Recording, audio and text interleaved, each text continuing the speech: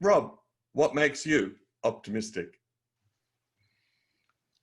Well, I think to get off on a provocative note, I think what my answer to the question is what makes me a recovered optimist, because I wasn't born optimistic.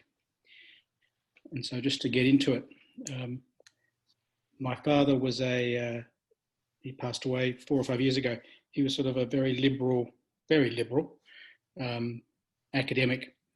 And I remember he took me to the anti-Vietnam War moratoriums in the late 60s, early 70s in Sydney. And he took me, I remember vividly, to the speech given by the Archbishop in Sydney.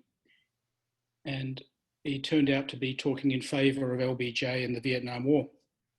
And my father was so angry, he stood up and he shouted, "There's no God here."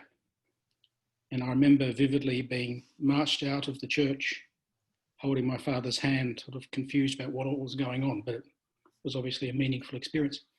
And frankly, I spent, 20, 30 years believing there was no God here. And so my answer to your question, I don't believe that now.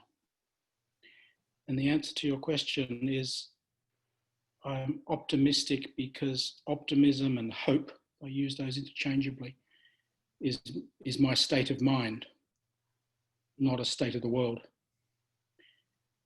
Because if I believe the former, the latter, it'd be hopeless and there'd be no God here.